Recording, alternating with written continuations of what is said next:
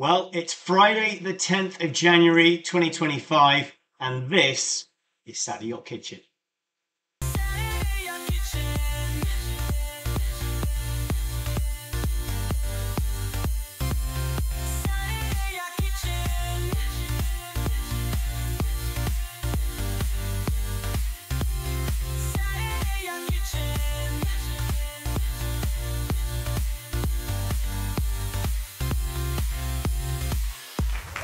Thank you very much. Thank you everybody. Right, well, we are here live in the south of France right now. We're a little bit late coming to some technical issues, but we've used a lot of AI to try and do this. We've done it with minimal people and we're trying to do the best we can. We hope you enjoy it. This is a yachting, cooking and a wine show. So a few things I want to tell you before we get any further. I'm going to introduce you to the guest in a minute, but before we go any further, I want to tell you a little bit about our AI camera. So let's see if we can get that working. It's not great syncing with the mics, but it's going to give us a nice image. So we just do this, and if you put that camera on now, this will be the camera on our chef today, on our pro chef, and that will be literally following him around the kitchen so you can see exactly what's going on.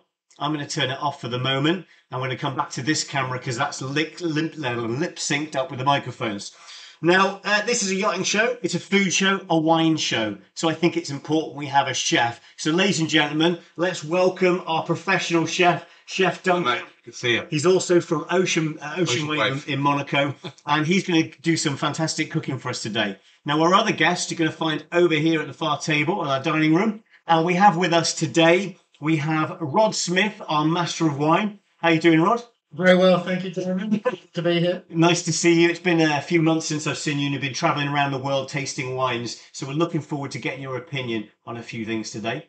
And of course, we have to have a captain here. We've got Captain Barry. He's flown in on the private jet specifically to join us today and to give his very, very important view and opinion on food, wine and yachting in general. Now, we do have some other people coming through to the show a little bit later, but since this is a cooking show, let's do some cooking.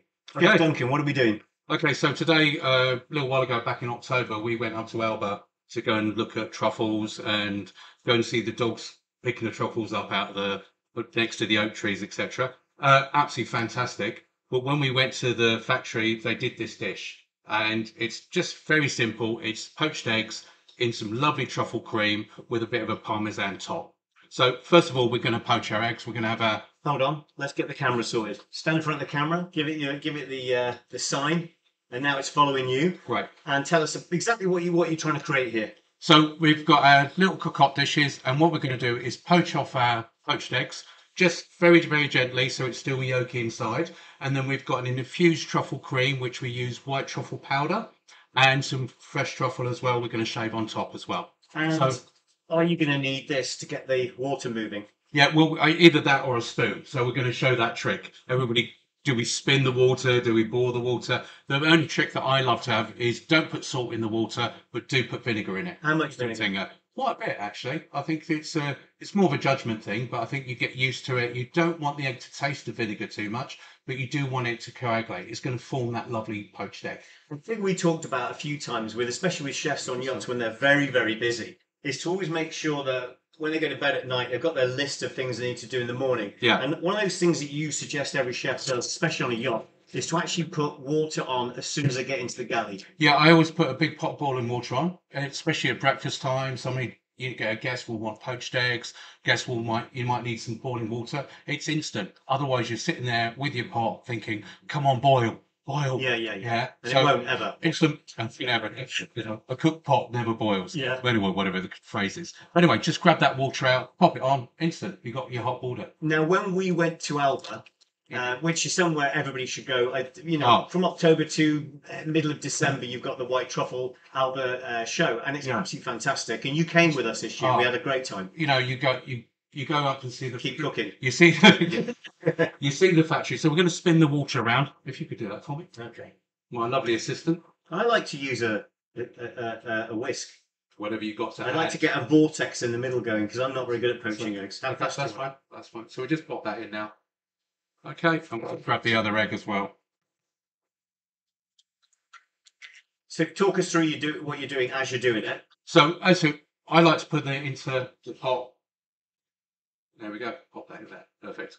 So I like to put it into a pot because then it's connected. What I would normally do is have 3 or 4 of these, unless I'm cooking for like 12 people, 24 people, then I'm going to just crack them in. Yeah. As I do it. And then what the thing with this dish is perfect. You can poach your eggs in advance, have it all prepped up, blanch up, take it out of the boiling water, pop it into ice water, stop the cooking, and then we can just prepare this all beforehand, and then it just finishes off in the oven. So this is something you do maybe as a starter at lunchtime, a nice summer's day. Summer's day, nice salad, go with it. Yeah, you could do a little salad with it just to start it. Really simple. And like you said, you can actually pre-prepare most of this in advance. Exactly. So actually it's not putting too much pressure on the main course. Yeah. So once you get anything that you can do your mise en place with, get it all ready to go, is fantastic. So it just gives us time.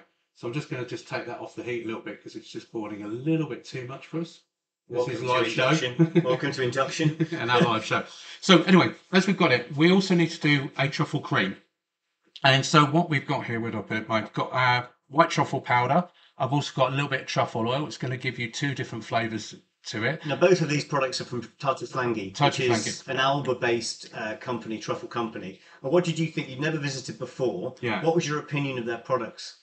Products were fantastic. The pasta was amazing. I was really impressed, so impressed with that. Yeah, You've got so much truffle products on the menu that when you do try them out, they don't actually work. Yeah. But everything that we used from there came back. It was amazing.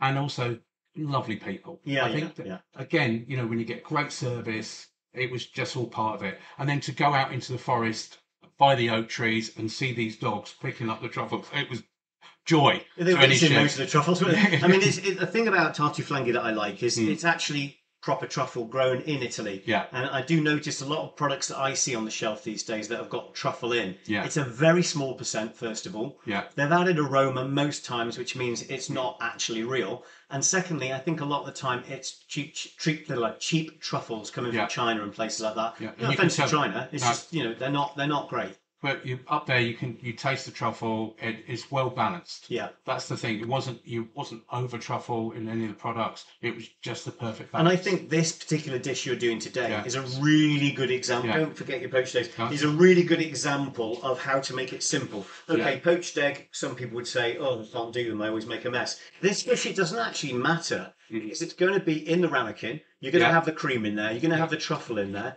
And it's going to mask that anyway, because all you really want is that eggy opening. You know what I mean? And this is when we were up there. What they did was they just popped the eggs straight into the pot dish. They didn't cook them in. And they cooked in an oven, and it was nice, but the egg white was probably not as done the way I like it. You know, you've got a professional chef when he goes somewhere and he goes, "I like that, but I'm going to change it."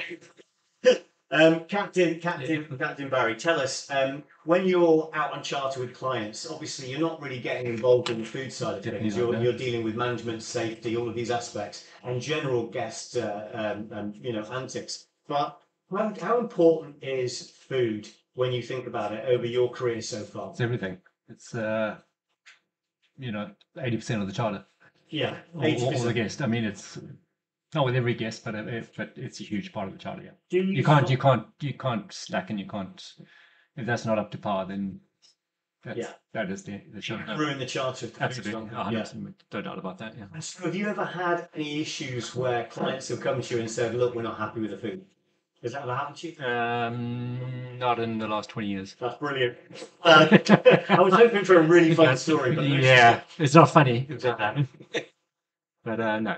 Yeah, so you. That's about hiring the right person. The food's pretty important. Obviously, as a yacht provisioner myself, I obviously feel that food's important. I have to. It's my business. But I do know that there's so many aspects of that charter, and it's not just about food. It's got to be about service. It's got to be about wine. That's why Rod's here today. Yeah. But you would say food is predominantly one of the biggest factors in the tip being good and the enjoyment of the trip being high. I think so. I mean, it's the whole interior department, which is kind of it's another area of the that sometimes gets overlooked, sometimes it's underlooked. Yeah, probably a lot of the time. Let's do everything. So but it certainly is the reason people charter boats. Yeah, exactly. It's for wine, food, great service. Do you know it's true of any holiday that you go on? You're always, whenever you go away, one of the first things you do is Google restaurants in the area that are good. And everyone does, whether you're in Benidorm or if you're in Biarritz, it doesn't matter. Yeah. You're gonna look for restaurants and food. Rod, when you're dealing with wine recommendations for super yachts, which I know you've done a lot over the years, when you're thinking about a lunch wine, what sort of things are you looking for? Because we're going to get one out in a minute. I'll bring it over. Tell us what you're trying to achieve by recommending that wine.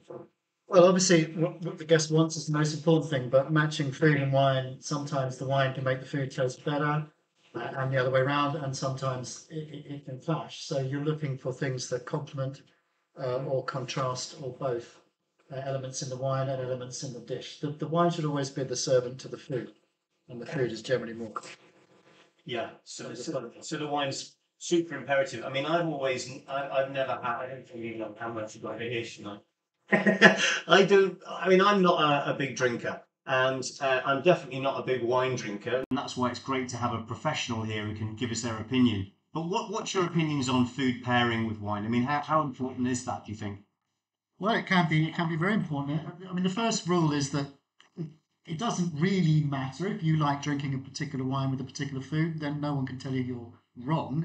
If you get enjoyment from it, it's great. But there is some chemistry going on. The acidity of wine can contrast and complement richness in the food, but also anything that you might add lemon juice to on a dish needs to have a reasonably crisp wine in the glass, and it'll do the same job. Yeah, keep talking. I'm just going to move this down a bit so we've got a little bit more angles. And you when guys it are comes giving me to, waving at me saying the angles aren't right. when it comes to red wine, there's the tannin in red wine, which adds a bitterness to it, and that can really be the backbone of a pairing. Okay. But also, it can hurt if you get it wrong, which is why, generally speaking, you only have white wine with fish. There are exceptions to that because there are some red wines that aren't bitter, and there are also some white wines that do have a bit of bitterness. So all generalisations are. And do you often get, and again, Captain, maybe you can give me some more insight into this, because I'm not working on a yacht, so I don't get to see it and feel it like you do every day, and I don't deal with the wine like you do, Rod. So again, it's outside of my area of expertise. But would you say that if a client says, look, I really love this wine, it's a red wine and it's a fish dish, but they love the wine, that's okay? Well, I mean, what do you mean? Yeah, I mean, what do you think? I mean, if a client I wouldn't get involved, but yeah, I mean, to me, whatever they want, they're going to get. Yeah. I'm sure. Yeah. Absolutely. You can't be wrong. And if you don't put the two things into your mouth at the same time. So there's often a case where if there are two of you having a meal, you will have one bottle of wine. It won't match two different dishes. Yeah. But, simply drink something else while you're eating and then come back to the wine. So it doesn't really matter, but occasionally they can really lift it. Like adding truffle to an egg dish will make it into a completely different dish. Adding the right wine will also constitute another ingredient that can help. So tell us a bit about the wine you've chosen for this particular. How long we got, Chef? About 2 minutes. 2 minutes, 2 or 3 minutes. Maybe I'll come over and join you for a minute. But tell me a little bit about this wine. Okay, so for this particular dish, and I as you said before we went on live, I picked a French wine for the Italian dish and the other way around. But actually, truffle is kind of an earthy flavour. It's a mushroom. It also has this cheese rind quality, and it tends to dominate in a dish. Often it's the main flavour, and truffle and mushroom flavours go really well with oak in a wine. Yeah. But I didn't want a fully oaky wine because it's a starter and it's a lunchtime thing. So this is gently old oak, and it's actually an unusual wine. It's a white wine from the region of Châteauneuf du Pape, which is famous for and about 90% red wine. But they do make white wines because it goes well with quite a lot of their local cuisine. But they use the same grape, Grenache, but it's Grenache Blanc instead of Grenache Noir for the red wines. Okay. But it has some of the same properties. So it's quite peppery, quite spicy, and it has quite a thick skin because it grows in a very hot part of France. And that skin gives the wine something the French call peau blanche. It's when you peel a grapefruit and you get that white stuff. Oh, yeah. It's kind of citrusy but slightly bitter at the same Yeah, time. yeah, the pith. And that really goes very, very well with egg-based dishes. Oh, does it really? Wow. So famously, white wines from the Rhône are one of the best things to do with egg-based dishes, and also asparagus and artichoke for similar reasons, because there's some compounds going on. When you're talking about the grape and they're making wine from the grape, is a lot of the flavour coming out of the skin? Oh, it can do. For red wines, yes. And for white wines, generally no. But with rosé and with some whites, a little bit. And then there's a new vogue of orange wines. Yeah, I've heard about basically, they're white grapes subjected to the red wine making process. So they take everything from the skin, including the bitter component, which is called tannin. So even though you can't see it because it's not red, It's there.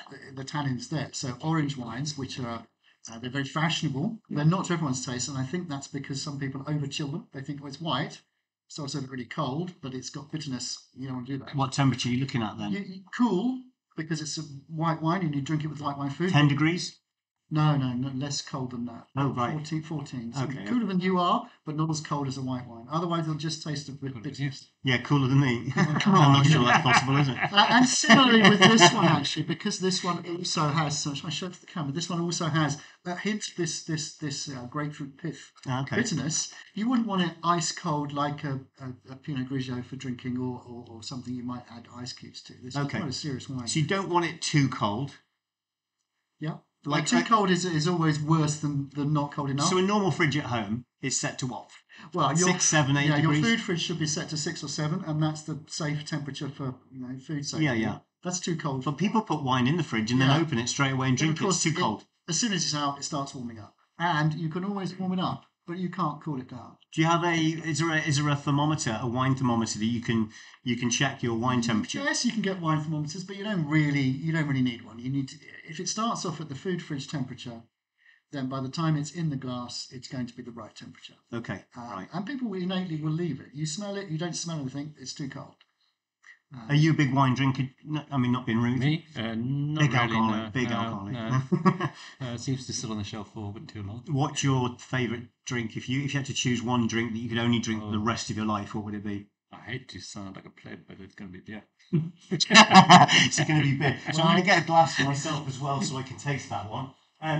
Basically, yeah. So let's have a little taste. Let's get it out. Are we ready for the dish? Yeah, in about 1 minute. In about 1 minute, he says. I've got a bit scared to the camera just to explain the last bit. Okay, well, let's do that now. So Okay, the camera's still on you. This one's okay. Great, let's do it. So we've poached the eggs off. We've put them in the cocotte dishes. What I do is take a little bit of the truffle cream, put it in the base, put the egg on top, and then top it up with the cream, with the truffle infused cream. Then I've just done a sprinkle of parmesan on the top, and then you can hold them, put them in the fridge, take them out about 5 minutes beforehand, and then pop them in the oven, 180, 200 degrees, and it's going to be in there for about 10 minutes, and then they can come out, and it's easy to serve, and it goes off. And then before they come out, I'm just making a simple mixed salad leaf. Before we go any further, so one of the things you told me, we did a podcast a while ago now, last year. One of the things you pointed out to me was making sure that your food is at the right temperature when you're about to cook it. Yeah. And a lot of people have stuff prepped in the fridge.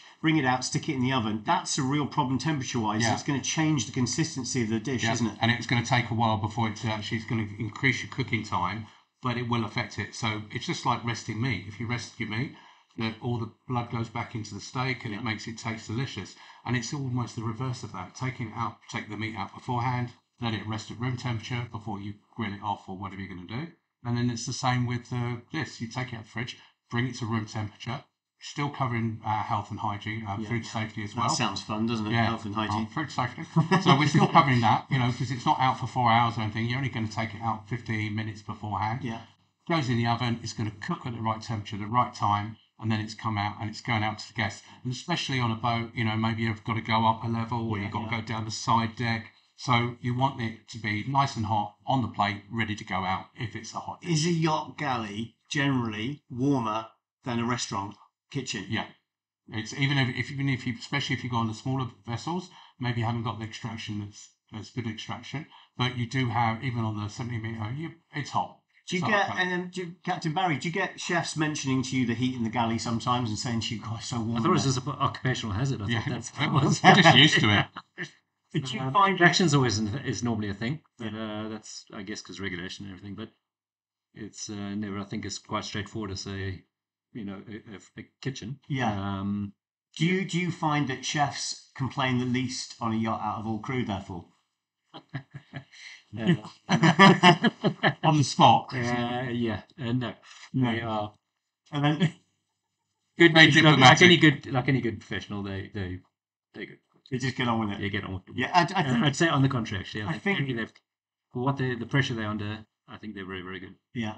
I mean, basically, when you're on a yacht, I would have thought, especially when you've got clients on board, the last thing you need is negativity in the team. Absolutely, yeah. Is I was talking before the show. If you've got to do something, you've got to embrace it. Yeah. It's suddenly 10 people are going to extra people are going to turn up. You're not going to turn them away. So Yeah. No, you just got to crack on and just get on with it and moan about it. How do you deal with guests changing plans at the last second constantly, whether it's food, destinations, restaurants, whatever it may be? Is that difficult to deal with and difficult to get the crew to sort of get on board with the change? Sure. I mean, it depends on the caliber of the crew, but if they're professional, everybody knows and they've been in the business long enough. Unfortunately, that's the nature of the beast. And it's changing. You know, you got to deal with it. And have you ever had a client tell you, even though they've ordered the wine specifically, then complain about the wine? I'm sure it normally.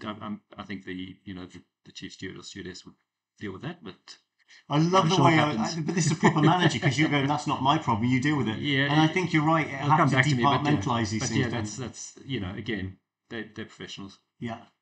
They should be able to deal with it. Right, let's have our first course. So this would be a starter you would do for lunch or for evening meal? It could be an evening meal, could be something you do for lunchtime.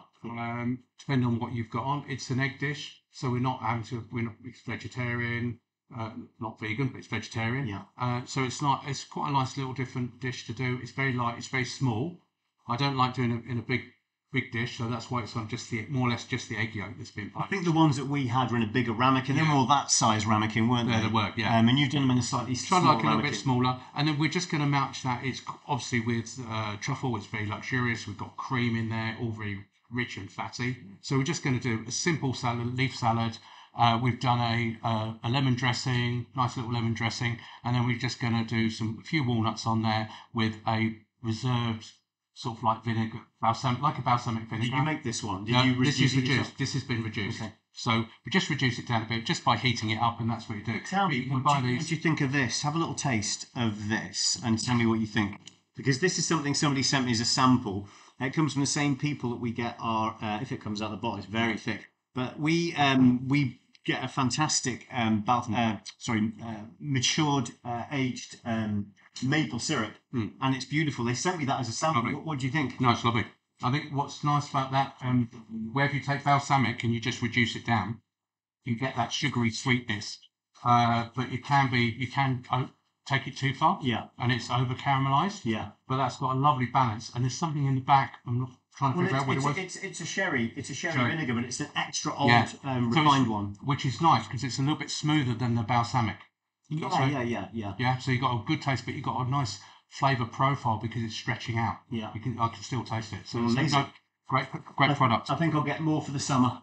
So right, let's get this on the table. So the cocotte dishes are still in the oven, but they're just about to come out. But I want to leave them in there because I will still want it to be hot when it touches the plate. So you would always prepare this side of the dish, get it done, and then the last second you put that out. Yeah. Well, I mean, literally, I'm dressing it, but I don't dress my salads like last of all. But because I know I'm taking it out and it's going out, it's going to be straight. So I've just got vinegar oil, which is a lemon oil, white balsamic vinegar, and a little bit of water. Now, what the water does, it means it beads on the leaves, so you get that little flavour burst when it hits the leaves. So we just put a little bit of that on. Obviously, we season it, and I'm seasoning it today, obviously, with sea salt, and we've got some smoked black pepper. So just a little bit of smoked black pepper, and then I've got a few toasted walnuts that I've got in there as well. And then we're just going to pop that on the plate, ready to go. Maybe I can get my camera here. Let's see if that works. Is that showing up on your screen? Yeah. Let's have a little look as we plate this. We're testing out all tech right now. We're not sure what's going to work and what's not. But this is not perfect. But you can see how he's dressing the plate there. That looks nice. Keep talking. Yeah. So I'm concentrating. You do chef's ship's certificate. Yeah, ship's cook. So okay. So as Ocean Wave as a training company. So what we do is we obviously do ship's cook, which is an examination for chefs. So what I've got is a truffle here. So I'm just going to put a little bit of truffle on the salad and on the plate. I'm just grating it on. It's not an hugely expensive truffle. It's going to give you that aroma coming off. Only Yacht Chef would say that. Yeah. When you bought white Alba truffle. When you bought a white Alba truffle. Winter black truffle, quite cheap, isn't it? Yeah, this is nothing. But straight away, you can smell that. That's coming out, and the perfume's coming out of the truffle. So these are going to come out. Okay, we're playing with camera angles here, so if it doesn't quite go right, that's okay. Our edited version will probably be much better. It'll take a couple of weeks to do that, okay, won't it? So with this simple, are we going to take the temperature of this egg? We're fine. We know we cooked it, but we know the cream is just bubbling there, so you know it's ready to go. Yeah. Really. So shall I get a tea towel out? Yeah, that'd be nice. I was just about to burn my fingers. A nice, clean, brand new tea towel, so I can do that. Oh dearie me. Here we go. There's one for you. Thanks so much. I'll keep one on me as well, just in case. Okay. Right. I'll pop that up there. And we're going to taste some wine in a minute, Rod. When's the best time to pour the wine? Temperature now? Yeah, it's the right temperature. And actually, you could do with a little bit of time in the glass first, ideally. There are even, at risk of upsetting yacht crew, there are even some white wines that benefit from decanter. But I know that decanters and space is at a premium on a yacht. But it's not only red wines that benefit from that. A little bit of air will release some of the flavours. So I might pour it out now. Is that a good plan? Go for it, yeah. Absolutely. This is pretty much ready to come out now, isn't it? Yep. Thank you, Chef. That's great. We'll go back to the other camera now. And Chef, if you want to talk to them about your dish that you created there, as you're serving it, have we got knives and forks and... Good evening, gentlemen. Or afternoon. Evening. The wine's going to be, Well, you never know when this is actually going to finally go out. So we've just, as we mentioned before, we've got an Alba truffle, fresh from Alba, and you've got it's like a poached egg in a truffle cream. So to go with that, towards the camera as you do. So we've got, as we said, we've got poached egg. Oh, another down. Oh, God. Go around. Go around and sit with them. Yeah, but that's awesome as well. It's my taste too.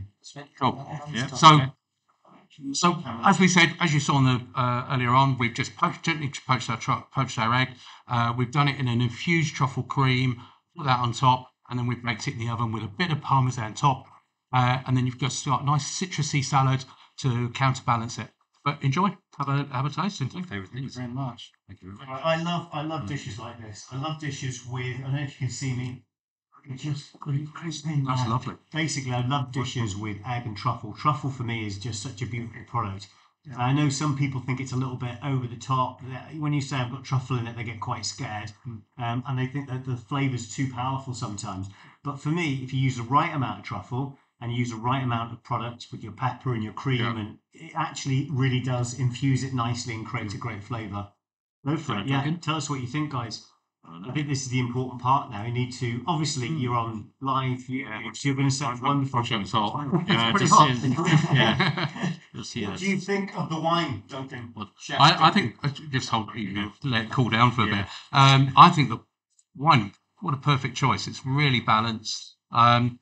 Sometimes with these sort of wines, it can be a bit too oaky, and trying to match those with food. But this is just the right amount of oak with it. It's lovely. And it's also quite soft in acidity for a white wine because it comes from a really hot place. But if you have a really crisp white wine like a Sauvignon Blanc with egg, it can make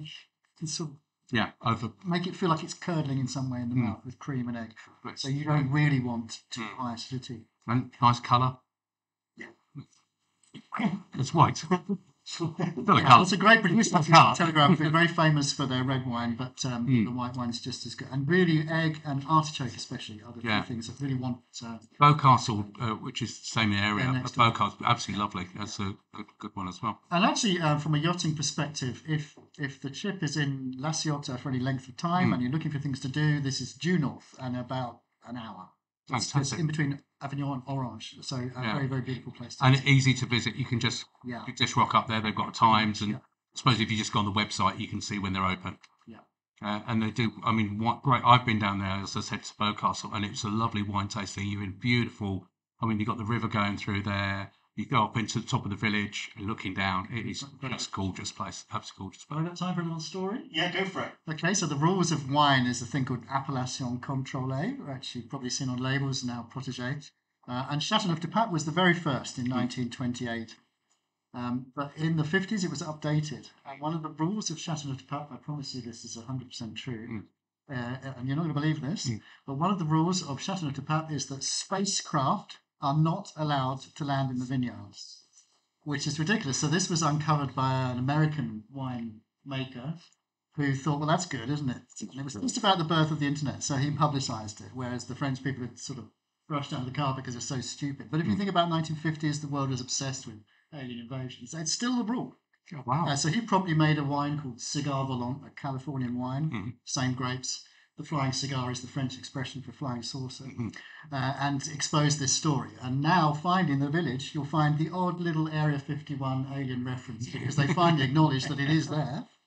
But to wrap it up, no spacecraft ever has landed in the vineyards of Châteauneuf de Pape, so presumably the aliens are just as worried about French bureaucracy as the rest of us.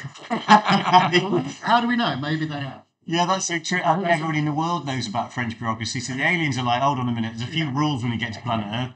And that's probably top of their list, number 1 out of 10. So if you go to the village of Châteauneuf, as Duncan said, very, very beautiful little village with the broken cast at the top, and you walk down, you might see the odd little alien nod. Some of them will say, no, never happened. We're serious wine, and some of them think, okay, it's a bit of fun. I think it's nice to have things like that. It adds a bit of fun to stuff. We're hoping to get an alien spacecraft here as well so we can get more visitors, but we'll have to see how that goes. I think what we'll do... Quicker delivery times. Yeah, I think what we do now, Chef, let's... if you come and join me over here for a minute, the camera's still following you around. Look. Oh, we didn't realise that. Yes, it gets really slow like this. So basically...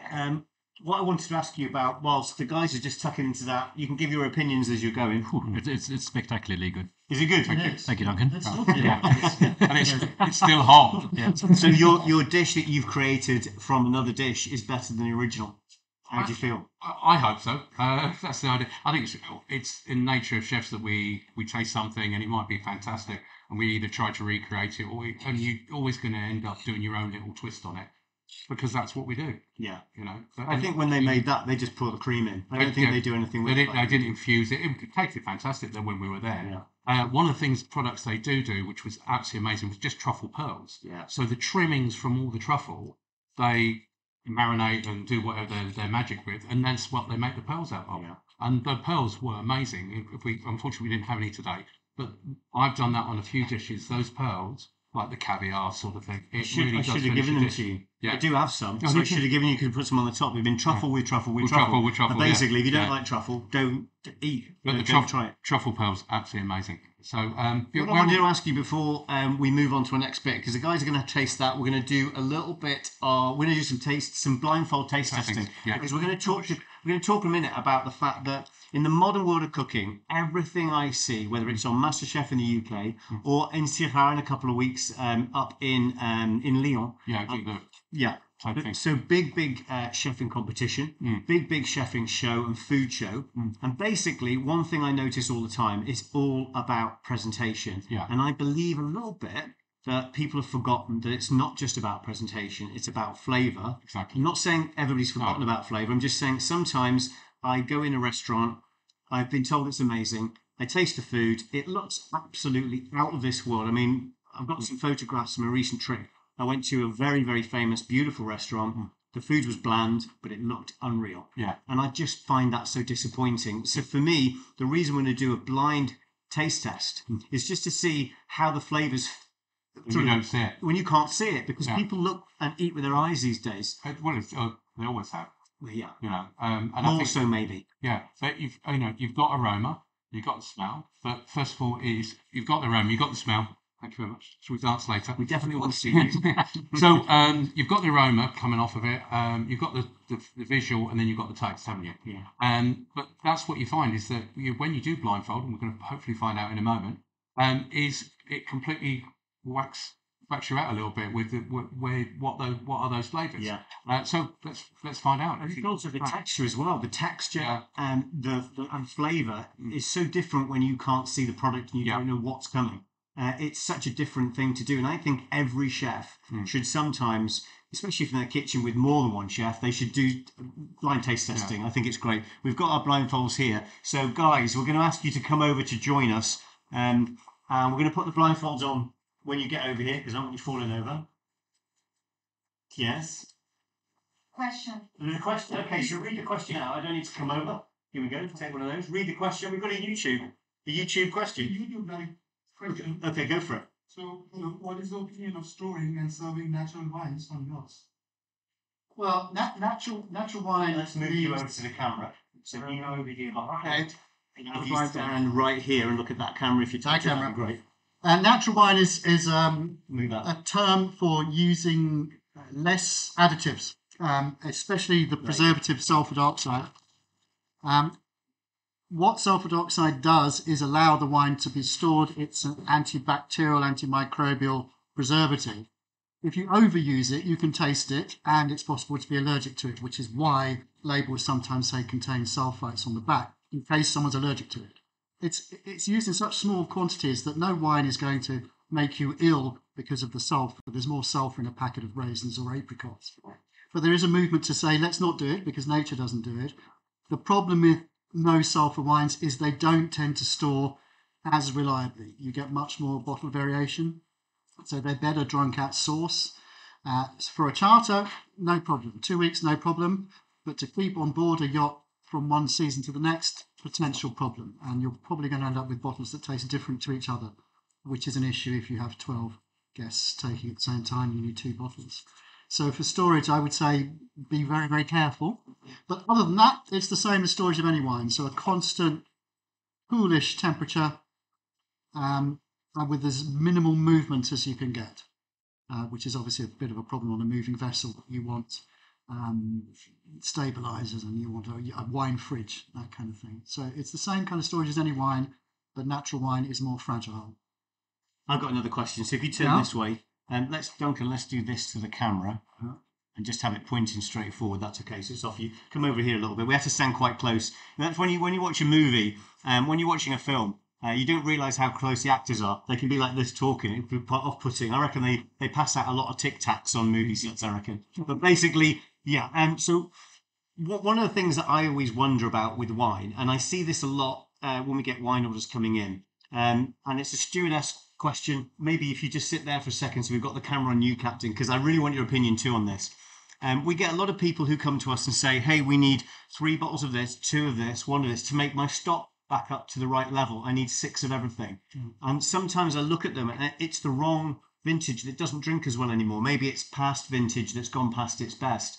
But I find that a lot of the stewardesses or stewards, they don't feel like they can go to the owner and say, by the way, the wine you've got in storage is maybe past its best now. I think we should maybe update the vintage to the newest, better flavour for you. They wouldn't do that. They'll just buy the 3 missing from the vintage that they've had on the boat for maybe 8 years. Is that something that's common, do you think?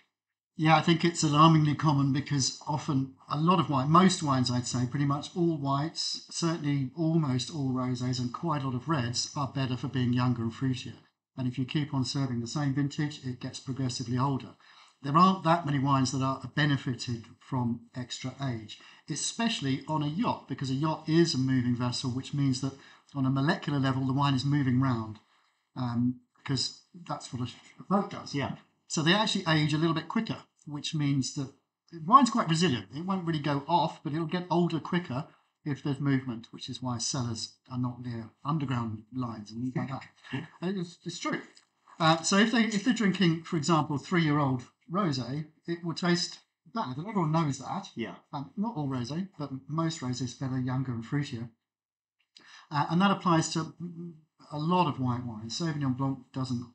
If you drink an old Sauvignon Blanc, it tastes like the water from a tin of sweet corn. You don't want old Sauvignon Blanc generally. Right. So not 100%. But there's exceptions to the rule, of course. There's exceptions. And I also think, just to bring your question a little bit further, I'm sure, and we had this conversation, Barry and I, earlier, when the guests get a preference sheet and it says, what wine do you like? They write down a specific wine. And I reckon half the time they're just providing that specific wine as an example of the kind of wine they like. Yeah. But that preference sheet gets sent down, down, down through lots It's of like people. gospel, isn't it? And then it has to be that specific wine. And the company that makes the most money out of wine charters is DHL, because these things have to be found and then moved. And the problem is, if a wine has just been on an aeroplane, it won't taste good for the next 2 weeks anyway. It's much better to find out, if you can, if the guests are just providing this Chassagne Montrachet vintage vineyard as an example of what they like, your wine supply will have something similar from stock that's been stored in a non-moving cellar at a better price because it doesn't involve courier charges. So let's And take then end up that. drinking better. Let's take that to you, Captain. So I think this crosses over because basically, as a wine man, you're thinking of that. But as a yacht captain, and obviously the crew on board, they're just getting a preference sheet and there's no contact with that client until the client's sitting in front of you and it's too late. So you're looking at the list and the stewardess would say to you, look, we've got these very specific wines. You go, give Damian a shout and get it sorted. Yeah. It's not a question whether it's being flown in or coming from somewhere. If the client wants it, that's what you get. You would never expect, I would presume, and I'm asking as a question, for the stewardess to go back to the PA and say, are you being very specific or would you like wines flavoured like this? I think everything's been said is dead true. And the problem with the charter, for instance, you don't have a lot of time. If you get the preference sheet, it's very late. Yeah. So the preference sheet's coming through maybe only a few days in advance. and they're normally from the last charter or some other time. You don't know who's actually made it up. There's very little communication sometimes. Yeah. As a repeat charter, it's all about the relationship you have with this person, be it the owner or the charter. Yeah. It makes it hard, doesn't it? But everybody, as a rule of thumb, you're always going to go back to what's the safe bet. Yeah. To put exactly what's on the list. And I think that's it. If you're the chief steward on the boat and you see a particular name, you're going to go, well, I'm going to get that. Exactly. But you're not going to take a risk because you don't know whether your wine provider understands those flavour profiles anyway. Yeah. So you can't take the risk of saying, can I have something similar? So it's quite a difficult battle, isn't it? I think it's not really down to the crew of the yacht, but more the broker, because if they can establish that and it's a good deal for their customer, they'll get better wine ultimately, either better wine for the same money or a less expensive example of what they want. If they do want that specific vintage of that specific wine, everything's possible, and the answer is never no. But if they've had to charter an airplane, which we did once, that's a cost. Yeah, of course. I think the costs spiral out of control and everyone looks at the price of the langoustine and gets upset, but never considers that the wine that came to the boat that was flown in from America last minute because it was a very specific wine that was wanted doesn't taste as good as it should. With 4 times the price it could have been if it was a local bottle of something very similar. The tip could have been bigger. The enjoyment could have been higher. It's hard, isn't it? It's very. I think perspective often gets lost on yachts. It's you go down a rabbit hole and it's you lose sight of everything else. And wine is probably something I'm probably responsible to maybe picking it up with the charter just when you do have the context saying, how serious are you about how do you feel about this? And it's other things like kosher and halal. You want to know, it says we're a kosher charter, a halal charter. Maybe not everybody on the boat is halal or kosher. Sure. And so you plan your galley for kosher, or you plan it for halal, or whichever different variety, and then you find out there's only one client that's kosher. It's difficult, isn't it? But you have to be very specific when that happens. You have to be very specific when you get those, not extremes, but those dietary requirements. And you have to lock up some of your galley. Yeah. Or talk about allergies, which is very current at the moment. If you have a nut allergy, we lock up that cupboard with the nuts in, so nobody touches it, not even by accident. Yeah. So you have to be very specific with these things. Well, with that in mind, let's do some taste testing. So, Captain Barry, let's come over here now. Duncan's going to do this section with you. Duncan, he's going to. So, if you put your mask on. And come right over here. I'm going to walk out of the way, but you've all got to get quite close together for this as well. Okay. Oh, the camera's. Oh, let me move that. Oh, let me see if I can get this looking up. Yeah. I'm going to move the camera around. You can have it on me now. I'm just going to move this camera around here because it seems to follow you. Sometimes you forget to. How about that? We good? Oh, we're good. So what are you going to do? And I've stopped the camera. Great. Yeah. Nice. If you want to go right over it, move on. Yeah, you can go. There we go.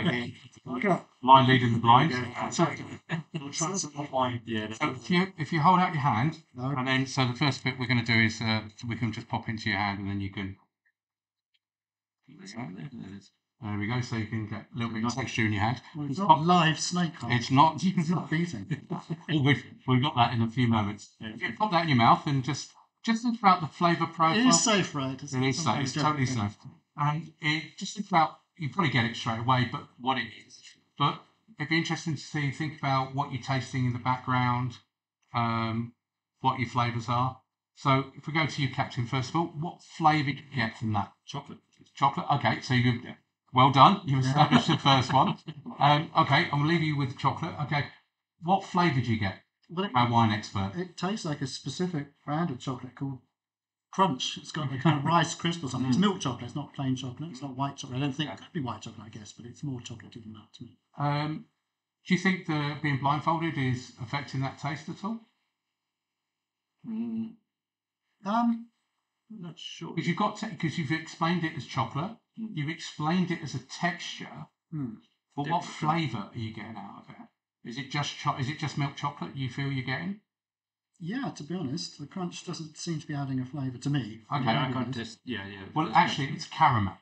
Ah, So that's interesting that you can pick up on the caramel because also we're like flavour from the nose. So the next one we're going to do, if you hold out your hand again, so again you're going to feel the texture on your hand anyway. There we go. Give you that. There we go. Try that for.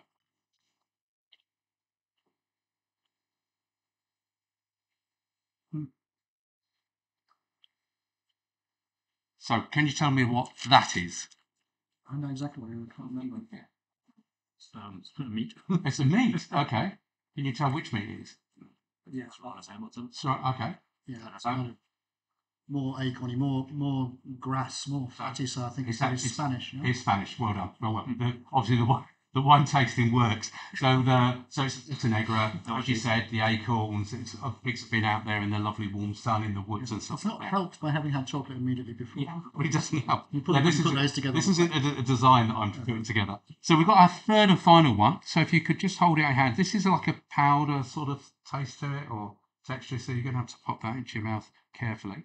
Try not to get it in your ears or anything. Okay.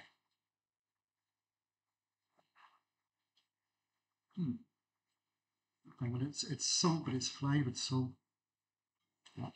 Captain, any ideas? It's soft, but it's got like a smoky, woody kind of. Yeah. Smoky, woody, really good. That's really good. Yeah, smoked salt. There's really piquant as well. I think there's some spice in there as well. So there's some chili or pepper or something. Well, this is agave worm salt. Oh. So it's actually made out of worms. But you can take your mask off now. But it's interesting that, like, certainly I think with the chocolate caramel, you didn't pick up on the caramel, but you got the texture right and you got the chocolate. So that was quite interesting. Pate Negra, I think we've all eaten it before. Maybe it was the caramel that was making it taste so much like milk chocolate or even white chocolate. Yeah, because I mean the crunch was there, but I didn't have any. That's interesting, isn't it? Compared to the chocolate. Okay. Oh, Damian, what do you think? Yeah, no, I mean, I always find it extremely interesting when you taste these different things, and I think that the agave worm salt is one of my favourites. It's actually a smoked salt. It's smoky. And what they've done is they've taken the cactus, they've taken the worm out, they've dried it, smoked it, and then added it to the salt. So it doesn't go through the mezcal process. No, alcohol in it. No, not at all. But it's got a really deep smoky flavour, which I think is so beautiful in the salt. And I think that a lot of people are scared of things like that. They'd be worried about having a worm, but people will drink it out of a tequila bottle, no problem. I used to work for the company that imported Monte Alba mezcal into the UK, and you can buy a bottle that is just nothing but worms. Really? And you can have a worm eating competition. And we did that. I think these things are fun, and they talk about the fact that in the future we'll be eating a lot more protein from insects and things like that. So I think it's an interesting thing to try out. But thank you very much, guys. If you can go and take a sit, actually, Captain Barry, you can stay over here now because I'm going to go and sit with Rod. I'm going to try and find where's the other glasses. Have we got any more wine glasses? I think this one's mine. Yeah? Any more wine glasses? Must have some more here. We can empty these ones in the man. Get these ones out. So basically, we're going to have a little chat now about some wine. Now, obviously, this is a food show. It's a yachting show. It's a wine show as well. For those of you watching, apologies about the camera. We set this up in the dark, which meant this side seemed great. But actually, I think next time we do that, we'll probably put this table over there and have the setting here. Very bright. So apologies for that. We'll get it sorted in the future. So, you know, we at Riviera Gourmet get a lot of people coming to see us and sending us product, asking us to taste it, whether it's olive oil, beef, whatever it may be, lots of products. Recently, I met these guys and they came down to see me to show their wine. I really wanted your opinion. And obviously, I'm not expecting you to give a full diagnosis. Okay. I just want to talk about rosé wine in general, because I think rosé wine is probably one of the most popular wines you're going to have on a yacht in the south of France in the summer. It absolutely is. I think when I was working for a wine supply company, we would sell a disproportionate percentage of rosé, maybe something like 15% was rosé, whereas it's about 3 in the UK and 7 in France. But it's going up. Rosé is a category that's really growing. And it's just a perfect summer wine because it tastes a little bit like summer. It's got bright, fresh fruit, but it also has just a little bit more than a white wine, which means it's food friendly. So it's one of the few styles of wine that you really can drink on its own and also with quite a wide variety of food, which is actually why so much of Provence wine, 85%, is rosé, because they grow black grapes here, but red wine is not really what you want to drink on a hot August day with ratatouille or salad niçoise. So turn those black grapes into a lesser alcohol, fresher, chillable drink wine, and you get a much better use of your local resources, which doesn't really matter now because wine's shit. But Provence is famous for its rosé because it has always made its best grapes into rosé. But would that be because it gets a lot of sunshine and the right heat? And I would have thought the water table is slightly different from places like Bordeaux and further north. And I would have thought that you've also got a different slope, angle. I mean, there's got to be so many aspects of why a grape grown in the south of France, in Provence, would be better for rosé. Yeah, well, this actually, there's a link here because it's the same grape as that white wine. It's Grenache Noir in this case. So black grape, but Grenache is the grape that copes with as much sunshine as nature can throw at it. Okay. So if you're planting a vineyard in Morocco or Algeria, you plant Grenache because it never raisins on the vine. Okay. And when you say raisins on the vine, it doesn't get those little lines on it. Kind of shrivelly. The skin, when you're in a bath too long on your skin. Yeah, that. Yeah. And if you make a wine from that, you're making wine from raisins or sultanas. Too much sugar becomes too much alcohol. You don't get freshness. There's quite a lot of water in a grape. There's quite a lot of water in a bottle of wine. Yeah. And it needs it for balance. So it's the same grape which has this kind of peppery strawberry quality. Which often comes out in the wine. But it's all of those things you said. But if you made a red wine from the grapes grown in most of Provence, you'd get 15 alcohol and big flavour. So 15%. Yeah. So tell me something. And that's quite good for winter. You've got a daube de sanglier in the winter, wild boar stew. Yeah, you want a big red wine. But you're on a yacht in July or at the Grand Prix, you don't want that. And that's because you're drinking more. Well, yeah. If you're at the Grand Prix, Monaco Grand Prix in May, you've got people on the boat, and it is an event. It's a social event. You're going to be drinking a lot more than if you're sitting off the coast of Saint-Tropez, relaxing at Pamplona Beach with a couple of friends. This is going to be something you drink.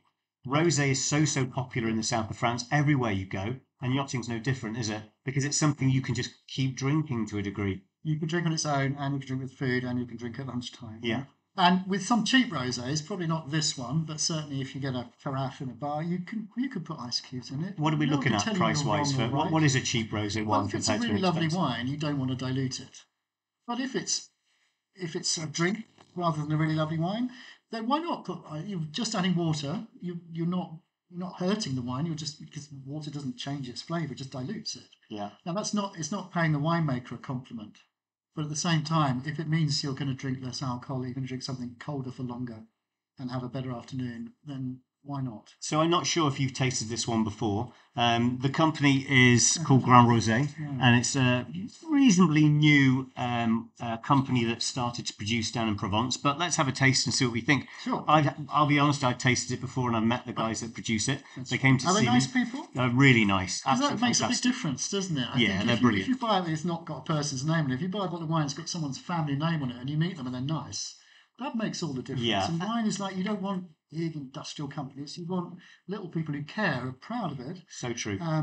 Which is more something you get in Europe than in it's for. I mean, I'm a food guy, so for me, it's all about that the history and the story. that's what I love about food product. I love to know where it came from, and as much as I can, I want to go and meet them. And I don't want to meet them here. I ideally want to meet them there. I remember when I went to do, and I relate this to wine specifically, olive oil tasting. Yeah. And I really wanted to find the best I could find. Everybody just jumps in a car and goes east. I went west and went to Spain because I know Spain has some hidden gems. Well, there is some excellent olive in Nice from an olive tree that only grows in Nice, huh?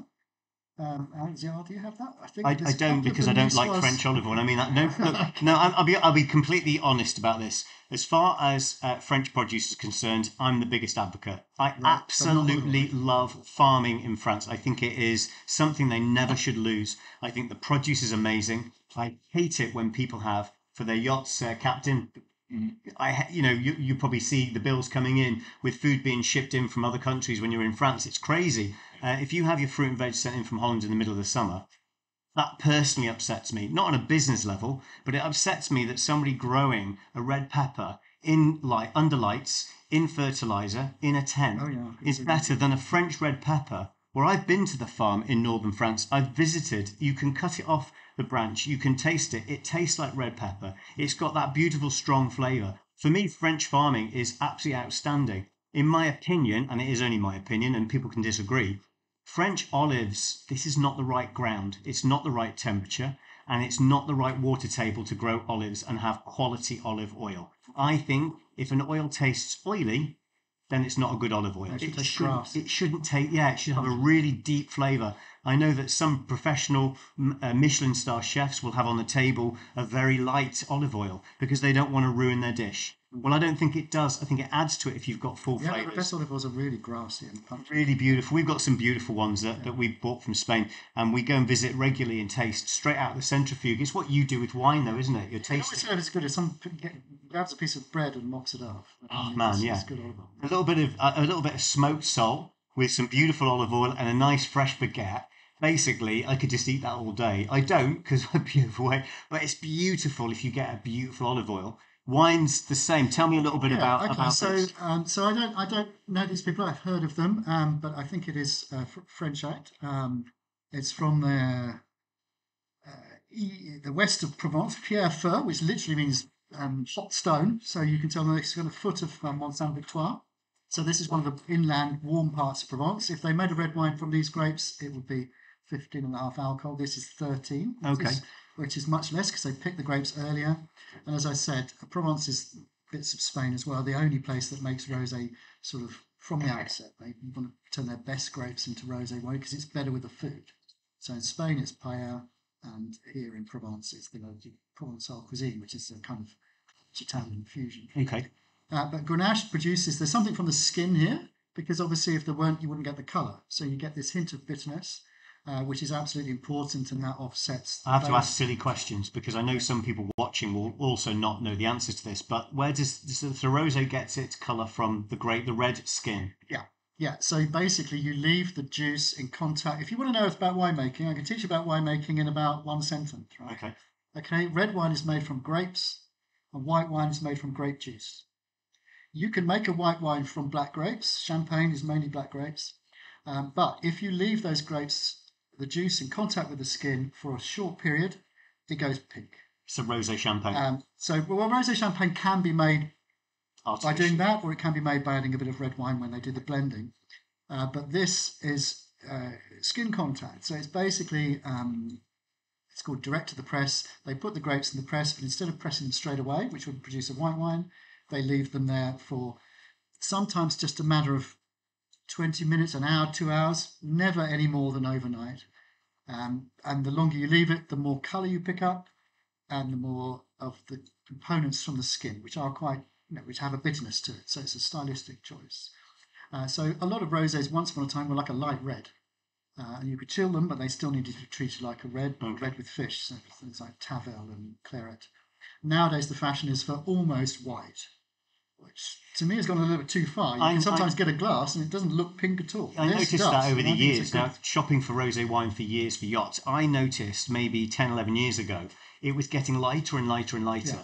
And now I've noticed it's starting to get darker and darker again. Yeah, because actually you want some flavour. If it's a white wine from black grapes, it's called a Blanc de Noir. It's a perfectly acceptable style of wine and can be delicious because there's nothing in the core of a black grape that isn't as good as the core of a white grape. But actually, you want some of the flavour of the Grenache grapes, which is in the skin. Yeah. You don't want too much because it'll be too bitter. So rosé is not as easy to make as people think. It's not a kind of default thing for rubbish grapes. It's deliberately done, and the number of hours you leave in contact with the skin and the temperature you do it at governs everything. Right. Too much, it's like cooking. You add too much salt, you add too much garlic, you worsen the dish, and yet it does need some salt and it does need some garlic. Here, some skin, but not too much. But for me, if it hasn't picked up colour, you haven't got anything else in the skin. You haven't got the flavour. Yeah. And this is the right colour. It's not super pale like a white wine, but it's not really deep like it's going to be a problem. What should a rosé taste like? Or is that a silly question? Well, they're all different. Depends on the grape. But Grenache is definitely the best grape for doing this because you can get from the skin of Grenache colour and flavour without getting too much of this tannin, which is bitter. And you just don't want too much. This is light, but it has flavour, but it's light, and that's what I like about. I mean, I'm like I said, I don't drink much, but I like to drink rosé maybe every now and again in the summer if I go out somewhere with friends or do something because I'll only have one glass. But I know that I'm not going to wake up tomorrow feeling pretty poor. I know that it's going to be easy to drink, so I don't feel pressure. Because sometimes I sit at a table, somebody pours me a glass of red wine. I think Captain Barry's shaking his head going, yep. And you have one glass and you think you probably won't see the rest of the week. You're like, that's going to kill me tomorrow morning. Yeah, although spend up, the cheaper the wine, the more chances they are to have used chemicals in both the vineyard and the winery, and that's where the problem comes from. I think we should probably do a podcast on that. There is some research actually that says that if you know someone who who can drink white wine but they can't drink red, that's almost certainly histamine. This is new research. Grape skin has a lot of histamine. Oh, really? So far be it from me to advise someone to take a medication that's designed for something else, simply to facilitate the consumption of alcohol. But if you take a Benadryl and you don't have the problem, then you know that's what it is. You mean an antihistamine tablet or something like that? So grape skin has a lot of histamine. Anything where insects attack, the plant produces the chemical as a defence. And grape skins do that because they're a big target for wasps and stuff. Wow. So, but different grape skins have different amounts. So if someone says, I can't drink red wine, I can only drink white, the chances are we can find them a red wine they can drink because there are some grapes that are lower in this than others. And that's relatively recent research. So what happens to explain that? So if I said I can drink white but not red, what does that mean? There's something in the skin that causes upset, and red wine has the skin. And white wine when you say upset, does that mean hangover? No, or does it mean a reaction, allergic reaction? I'm sorry. The problem with the people say, "Oh, I get a hangover from sulfites. I get a hangover from this. I get a hangover from that." Actually, what gives you a hangover is alcohol. It's as simple as that. But the solution to it is simply to drink water at the same time. So alternate: glass of wine, glass of water, glass of gin and tonic, glass of water. What you can't really do is catch up at the end of the night. If you drink a litre of water just before you go to bed, it obviously has logistical issues, but your body needs to metabolise the two things in tandem. But if you do that and it's good wine or good anything, you won't get something. So glass of wine, glass of water, same time. Same quantity. You're usually okay. And you're okay throughout the evening, yeah. And what about the next day? Yeah.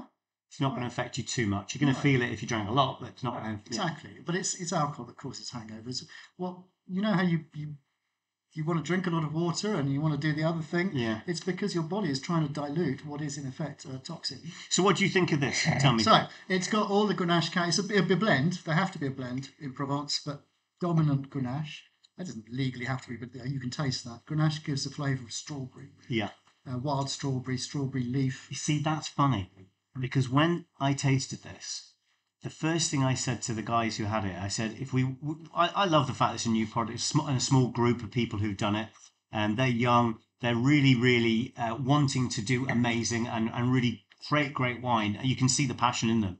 And I really want to, it's funny you say strawberry, because that's exactly what I thought. I'm not a wine person. I could feel strawberry, I could taste strawberry, and I wanted to make this as a special at the Meba show, which we'll go to end of April, May, into a strawberry rosé wine sorbet.